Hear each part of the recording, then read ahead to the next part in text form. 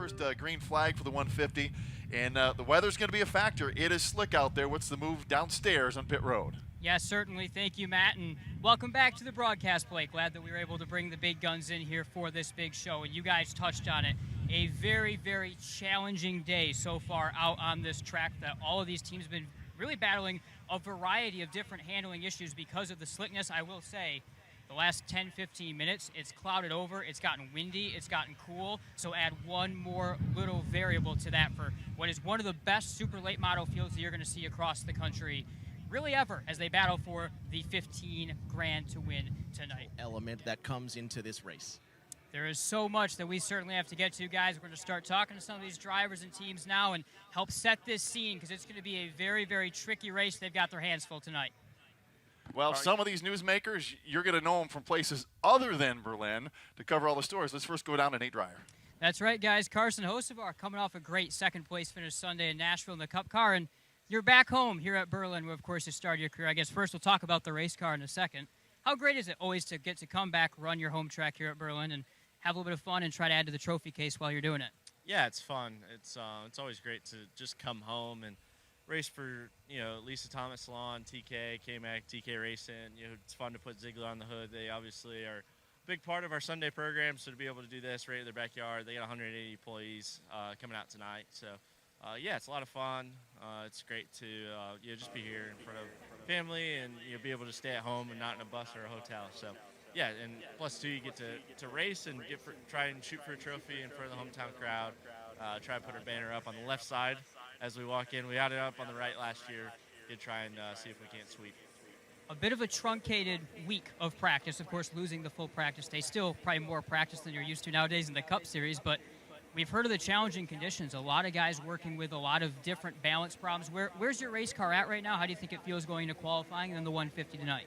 Yeah, I feel pretty good about it. I think this could be a little different just with how, it was really warm and slick, and now it's kind of overcast now. But, yeah, I'm excited with what we have in our race car. It's pretty much the same thing. We won with the 250. We've been battling it a little bit. But, yeah, excited. We always seem to have fast race cars. It's just, I think we'll be up front. It's just if we're the furthest up front. All right, Carson Hocevar, reigning Battle at Berlin 250 winner. He's looking at another 150, his third to the mantle today. All right, guys, thank you. You got it. That's right, guys. Eric Jones, we just talked to you a minute ago before the run, but you were a fast qualifier. Rapidly changing conditions there right before that run as well. Take us through the run where the race car was at. Yeah, it cooled down a lot here from practice, so and then caught a little rain, but the car has had a lot of up-front speed all day in practice and obviously here in qualifying, so kind of unusual for me. I don't normally, we qualify just kind of okay and then race really well, so yeah, happy we're on the pole for sure, hoping that it races is good. So it's a new car, kind of learning, feeling it out and figuring out how to build a notebook on it, but been pretty happy so far. All right, wish you luck on the invert roll, and then we wish you luck in the race as well. Yeah. All right, thanks, guys. All right, Eric Jones. So Josh Fry's up and out of the car. Josh Fry and the 44 team park it back in Victory Lane. I'm sure it was a very busy week and a half for you and the team fixing that damage from a week ago, and nearly had another catastrophe early on in this race. Take us through a wild one, the move you're able to make, the wreck you're able to avoid, and everything in between. Yeah, the wreck was terrible. It took Kevin Smoose and my father and Don and Jamie and Sue, my mother-in-law, my father-in-law, a lot of time to put it back together. And we came here and found still a couple things wrong because just ain't enough time to rebuild a car in 10 days. But, we went back to notes. We tried to be very careful with what we did and came here and the car was off. Busted our tails all day long. And, yeah, I knew it was 40 laps. I couldn't get by Scott. He was a little better than me. Then Kevin got by, and then two of them wrecked, and I just barely missed it. But, yeah, and then Scotty got into Thomas. I probably never would have got by Tom, so just a lot of luck. But, hey, every once in a while, after the bad deal, I got a word for it, but I got a bad deal happen up here, and we wrecked the field, and our car included, and it sucked. So it feels good to be back in Victory Lane in front of a big crowd on a big night, and hopefully it's a great late model race. Absolutely, and this class, we know how difficult, so many champions here in the Sportsman division this year. How much more does it mean to go to Victory Lane against this sort of competition? Look at Tom Thomas, Brian Tillman, the guys you had to get by in that race. Yeah, like I said, without a little luck, I don't even know that we do it. These guys are just, they're very talented, very smooth. Brian Tillman, go right down the lineup. Tell me where you want to stop and say that guy can't win a race. we got lucky enough to get here. Testament to my crew, my team. My wife turned 40 today. She was hot and miserable. God bless her, she was here. Mother, father, you know, Father's Day's coming up. Mother's Day, we happen to win. Freaking happy to win, man. Thank you. Congratulations. Josh Fry returns to Sportsman victory lane at Berlin. Let's go back to the front of the grid, and we'll catch up. The guy's going to get a great starting position with 8. Yeah, guys, Chase Berta, we're playing the game of hurry up and wait. In your racing career, have you ever gotten to the grid, gotten ready for introductions, and then had rain right away like that? And what does that do to your mindset? Like, you're ready to go, and now instantly back and suddenly having to play that waiting game again. Yeah, it sucks for sure, but also we were supposed to race tomorrow, and we moved it up today, so that makes it nice that we can get it done and hopefully beat the rain. But yeah, it kind of just messes with it a little bit, but once you're out there, it kind of just racing, and that's all that matters. So we'll see what we can do. You nailed the invert, get to start on the outside of the front row. Obviously, the car had pretty good speed in qualifying. How do you think it lines up for the long run, getting the great track position and the clean air? Yeah, honestly, I didn't think we would be this good. I thought we would be 10th, 5th. So to qualify 7th, that made me happy and surprised me. Just hopefully we can take advantage on this good starting spot, and hopefully we can stay out front and keep the fenders on it and be there at the end. Tell us about the challenge of the handling characteristics today. We've heard a lot of different problems for different teams with the heat and with those difficulties, and now we've cooled it down and we're going to have a green racetrack. So how much more difficult is it even going to become after the tough day that it's been? Yeah, I mean, all day we were battling loose in practice, and usually when it cools off like this, it'll tighten up and gripping up. So hopefully we can use that to our advantage, and I think like qualifying it kind of cooled off, and we were a lot better than what we were. So hopefully it keeps getting better and adapts to our car, and hopefully it all just kind of works out. All right, good luck tonight, Chase. Thank you. All right, Chase Berta, great starting position on the outside. Let's see what else we got as we get ready to kick this one off. Hey guys, talk Chase Berta. He'll roll off from the outside of the front row. On the inside of the front row, Andrew Scheid. The last time we saw you start on the front row, you led all 75 and won that feature on May 31. Can this race car do the same sort of thing over 150 tonight? It's only double, right? No, I'm kidding. I mean, I think the car is probably capable. It was the best car I've ever had in qualifying on McCreary's, so that says a lot. But, you know, it was good in qualifying, and I think it's going to be even better come race time. I think we made a lot of the correct adjustments throughout the day, and I think it's going to pay off here in the feature.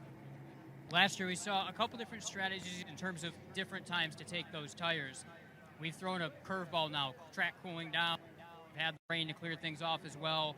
Where is you and your team at right now in terms of the track position versus maybe trying to stay out front if you can? Where are things lining up? Are you being fluid with that strategy on when that stop may come, or is it pretty much going to be as late as possible? No, I mean, it's definitely just kind of based on how your race is going at the moment. So, I mean, let's just say that the car is a rocket ship like it was last race, and we're able to, you know, stay out front for a while. Yeah, we're going to push that pit out for a while. But, you know, let's just say something happens and, you know, you end up towards the back of the pack and you don't really have a shot to win the thing. Go off strategy. Try something. You know, see if you can make your way up to the front by being different, you know. If you don't have a chance, you got to at least try and give yourself some sort of small opportunity. All right, guys, everyone's following the 88 back to green just like they did to the checkered flag. Last time we had super late models here at Berlin. Let's go back down to pit road. Yeah, guys, the youngest driver in the field. We've got a couple young guys, but the youngest, Tyler Lupton, the 14-year-old. We've seen you all year here at Berlin, and we've seen your speed all year long as well. Tell us about where the race car is at. I know everyone has been fighting a lot of handling difficulties, and we've thrown a wrench in it now with the rain and colder conditions. Yeah, I mean, the track's been really, like, from practice to so far qualifying, it's been changing a lot. I mean, it felt like practice, I mean, one time it'd be really gripped up, and then the next time it'd be really slick, right? So, qualifying, it was, since it kind of rained a little bit before we went out, I felt like it was pretty gripped up there. And, you know, fast lap times, obviously, with those threes. And, I think, for sure, I think throughout the race, it's probably going to be a challenge to try and figure out where the track's going to be. But I think if we could figure that out and kind of fight that, I think we could be there in the end. You're going to have to start more in the middle of the pack. Tell us, how do you think the race car is going to line up in traffic on the long run? Yeah, I think for sure I think it's going to be pretty tight for the beginning of the race, obviously, but 150 laps, you never know what could happen. All right, sounds good. The 14-year-old is getting ready to roll in his first ever Money in the Bank. All right, 14-year-old. Yeah, guys, continue to get hopefully a little bit closer to the green flag. And Joe Bush, the winner, second race of the year here at Berlin. You, I believe, started 18th that day. You start 18th tonight as well. I mean, can you pull the same sort of move, using the outside and outlasting everyone like you did that night tonight? I think so. I'm pretty confident. We didn't have that good of a qualifying run. Okay, we ended up 18th, so we're starting 18th, and got 150 laps to do it this time instead of 75. So yeah, I'm looking forward to this race. I think it's gonna be a lot of fun getting up there and racing with our NASCAR guys. We always talk about you in terms of the Berlin Locos as one of the best guys on hot, slick tracks when you have to make the tires last. That's, of course, what it's going to be here tonight. What is it about your skill set, your race car, the way things are set up that really has allowed you to be so good in those long-run sort of situations over the years? Yeah, I think the biggest thing is we run a crate motor, which is a sealed motor right from GM, and it's pretty low on horsepower. So a lot of these guys come with a lot of horsepower, and you know, they can hurt their tires in a long race. So I just kind of plug along with my little motor and save my tires, so I have something at the end, and hopefully we can win this thing. That'd be fun. All right, sounds good. Certainly would. We'll wish you luck. Thank you. All right. Well, hey, guys, yeah, so we just want to take a quick opportunity here as we continue to try and get a little bit closer. We're going to introduce a little bit of a ones-to-watch segment and then also kind of share where we're going to be splitting up pit road. We're going to have things covered all night long. I'll be on pit exit, so I'll go last year. We're kind of standing a little bit out of order, but Rick James, we'll start with you. You're going to have pit in tonight. Who are you watching down there? I'm taking a look at Trayton Lapdovich in that 3-2. He's the only Canadian in this field, the 2023 NASCAR Canada Series champion. Midfield right now, but I'm really excited to see what the Canadian can bring to the track tonight. Ryan Pilon, the middle section of pit road is yours. Who do you have your eye on? I mean, Evan Shotko has just been impressing us. I mean, we've seen him the past couple weeks in the past. I mean, he's not liked his car. He's not really run as good as he wants to. Qualified P3, starting out there at 6. I'm sure he'll want to finish really strong tonight. And then at pit exit, it means so many names to watch. Both of the NASCAR stars are down there. Bubba Pollard, who's kind of been struggling with his race car down there. I'm going to take the easy way out. I got my eye on Andrew Scheid. The dude just led 75 laps from pole last time we saw him here, and he gets to start on pole again. We know his car's really good on the long run. He's a very consistent driver. They've got all these big names here, but if you're looking for a local Berlin driver to pick it up, I really, really like what Andrew Scheid, from the best starting position possible, may have up his sleeve tonight. all right, guys. We'll start with Nate Dreyer. A couple cars running the apron, and they got a couple cars coming in. What do we got? Yeah, guys, it is pretty light work down here. Boris Jurkovic in my end of pit road, the only one in, but a very fortuitous caution for a lot of race cars out there, including Joe Bush, who is really fighting going a lap down. Tyler Reisinger fighting the race car back in 21st position. And an update on Bubba Pollard, really fighting a tight race car right now. He reported over the radio, so the team going to have to work on that. Let's send it down to pit entry and Rick James. I can take it from here. The only damage really on my end of pit road came to Boris Jurkovic, the 53. He had been in the stop before. They've been fighting the stagger on that race car, trying to fight that, but then team radioed into him, just barely a tire mark on that race car. So Jurkovic able to keep going down on my end of pit road. Is anyone down by you, Rick James? Let's go back down to pit road to Nate. Yeah, guys, I can finish cleaning up this whole situation. Max Reeves, the 15-year-old Joe Gibbs development driver in his Hamke number 18 chassis car, also back on the hook and finding its way down pit side. He was out of the race car and walking towards the trailer earlier. So both of our youngest drivers, both Lupton and now Reeves, out of the race. Nate, what do you got? Yeah, guys, I can follow up a little bit more. For the first time, I heard Bubba Pollard say something about the radio. He was mostly complaining about getting hit in the door and raced the way he was being raced as he fell back through the field in that time. His team is starting to work on getting new right sides. It looks like out, and they're milling around. So I would expect at the next yellow here, we are going to see Bubba Pollard make his right side tire stop, and we'll see what sort of adjustments they can make. But a tight race car been the main complaint from Bubba all day long. Remember, a brand new Van Dorn chassis that he's gotten this year. He's been working through some teething problems, didn't win a race early. We know how good the Van Dorn cars here are at Berlin, but it's been a story to watch with Bubba Pollard. He continues to fight a really tight race car and is a little frustrated with some of the racing out on the track. Boy, he's going to have to hurry here. We'll start with Nate. All right, here we go. Down on pit exit, Carson Hocevar leads the field down. He will take his right side tires. Eric Jones will do the same. Tyler Reisinger will do the same. Andrew Scheid and his team in to work on the race car. Of course, Bubba Pollard, who've been lined out for a few laps of their issues they also ready to come to the service of their race team. For Carson Hocevar, the complaint has remained that he's been tighter than some of the other drivers around him. He's continuing to talk to the team right now as they make some tire pressure adjustments and other chassis adjustments on the 71 Ziegler car. So the leader and everybody else on this end of pit road is in. Let's send it down to Rick James. Thanks, Nick. I'll wrap things up here. The 71 team for Hocevar continuing to work on the front end of that race car. They have the left-hand side jacked up as they've both been checking the stagger, now making some tire pressure adjustments on that car. Bubba Pollard finishing up in his pit as well, down in the Van Dorn stable on the left side of pit road. Eric Jones, Tyler Risinga also continue to work. A lot of extensive work going on underneath on the right-hand side of Jones's car, I should say, as they are making an adjustment on that side as well. But everyone choosing at this point, 71 laps to go, is when they're going to make those right side tire changes, and we're going to get a blitz to the finish, even with that one more competition caution coming. Now let's go back to pit road. Yeah, guys, I can talk a little bit more about Bubba Pollard. He's the last one still left on my end of pit road. The team making full sail air pressure adjustments, chassis adjustments to that race car, trying to cool the left-hand side as well. Bubba quickly had a drink of water, threw that out the window, and they're getting ready to roll the 26 away here as they're running out of time. But they took every single second they could in the 26 camp as he fires off, and Bubba Pollard will roll off here. All right, so we'll see what he We got out on pit road, Nate. Yeah, very quickly, as you can see, Bubba Pollard's car in, the driver's out. He had that window net down. When he pulled into the spot, the team started going to work. He threw his helmet off out of the race car, incredibly frustrated, and went into the trailer immediately. So a frustrating night for the reigning champion is going to come to a close. Hey, what do you got? Well, I was going to say, what a point by Brian Tillema. That was exactly what Eric Jones' team was going over at the radio at that exact moment, saying that as long as they don't lose the spot to the 88, knowing the caution is coming, they're fine. So that's exactly what the team was going over. The four right now just watching his stuff completely for Eric Jones. And here's your winner, Carson Hocevar. Let's go down to victory lane.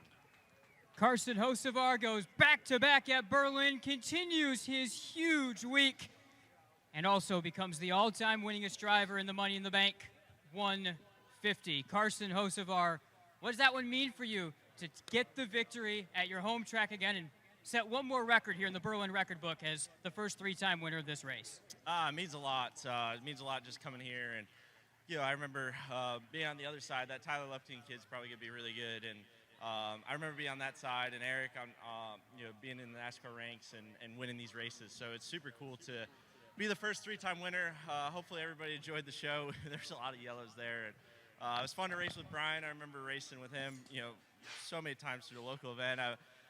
I didn't know if he was burning his stuff up, so I was trying to wave at him and come on, let's see what you got. And it's super fun to just be that confident in a car. And because I know roles reverse, if I saw somebody waving, I would want them to go, because I felt like I was pushing my stuff too hard, and I want to make sure he wasn't burning his stuff up, or he wasn't not burning his stuff up. But yeah, super good to go back to back almost here with 250, now Money in the Bank, and hopefully we do the sweep. Ziegler Auto Group, they got a lot of great people here. I wanted to do a burnout, but I got in trouble last time I tried, so I didn't tear anything up after the checkered, so we're good. So, yeah. Absolutely. I mean, good thing you didn't tear up this race car. From the second you took the lead, you were gone. On the long run, on the restarts, was there anything this race car could not do tonight? It couldn't run the bottom very good, but luckily we didn't need to.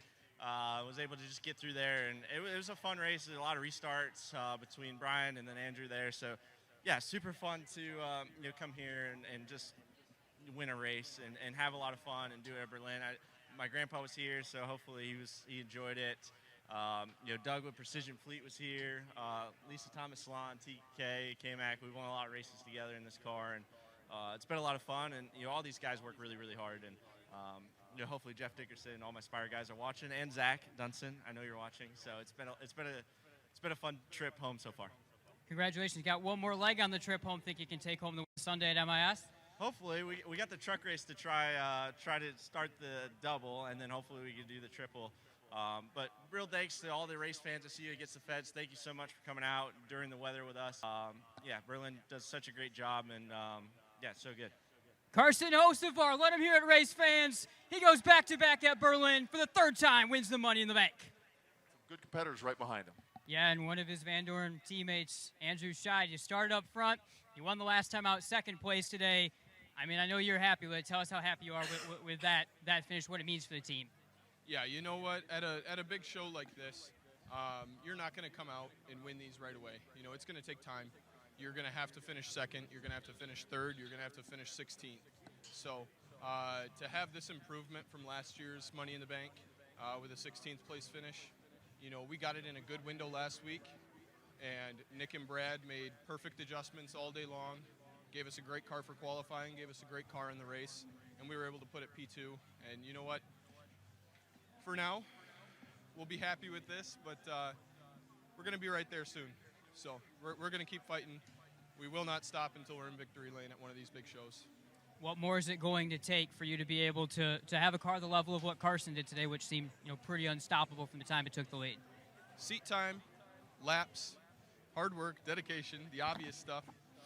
Just a lot and a lot of laps. That's all it is. He has thousands of laps here. Butch and Johnny have thousands of laps here, and you know, it shows. They had a great race car, but do not discredit Nick and Brad even a little bit, because that car, you know, besides Carson, I think that this car was the car to beat. So it's always tough to finish second, but I'm really happy with this one. All right, congratulations. Great finish for Andrew Scheid here today. Let's send it over to Rick James, who is catching up with Brian Campbell. All right, well, Tyler Reisinger had maybe the drive of the day, coming from the back of the field to a top 5 finish. Tell us about your day. How happy are you to be able to recover to a top 5 today? Yeah, we certainly recovered. We came over, you know, had a lot of adversity there, you know, through qualifying and goofed up. And so, yeah, we struggled a bit there, and we pulled out of line. I mean, I felt like that was my only option starting that far back. It was just going to come down to losing a few more spots and trying to get the car right. So I really knew what it needed. It was just a matter of making the change, pulling out of line, and then, you know, just starting from the back, pick them off one at a time. I told my guys, I said, we got 150 laps. We got, you know, only one way to go, and that was forward. So, yeah. Yeah, absolutely. Very impressive run for you and the team. Congratulations, and we'll see you in a couple weeks. Yes, thank you. Appreciate it. Guys, back up to you. All right, nice job down there in the pits, guys, tonight. We're going to wrap things up here quickly as we have a little bit.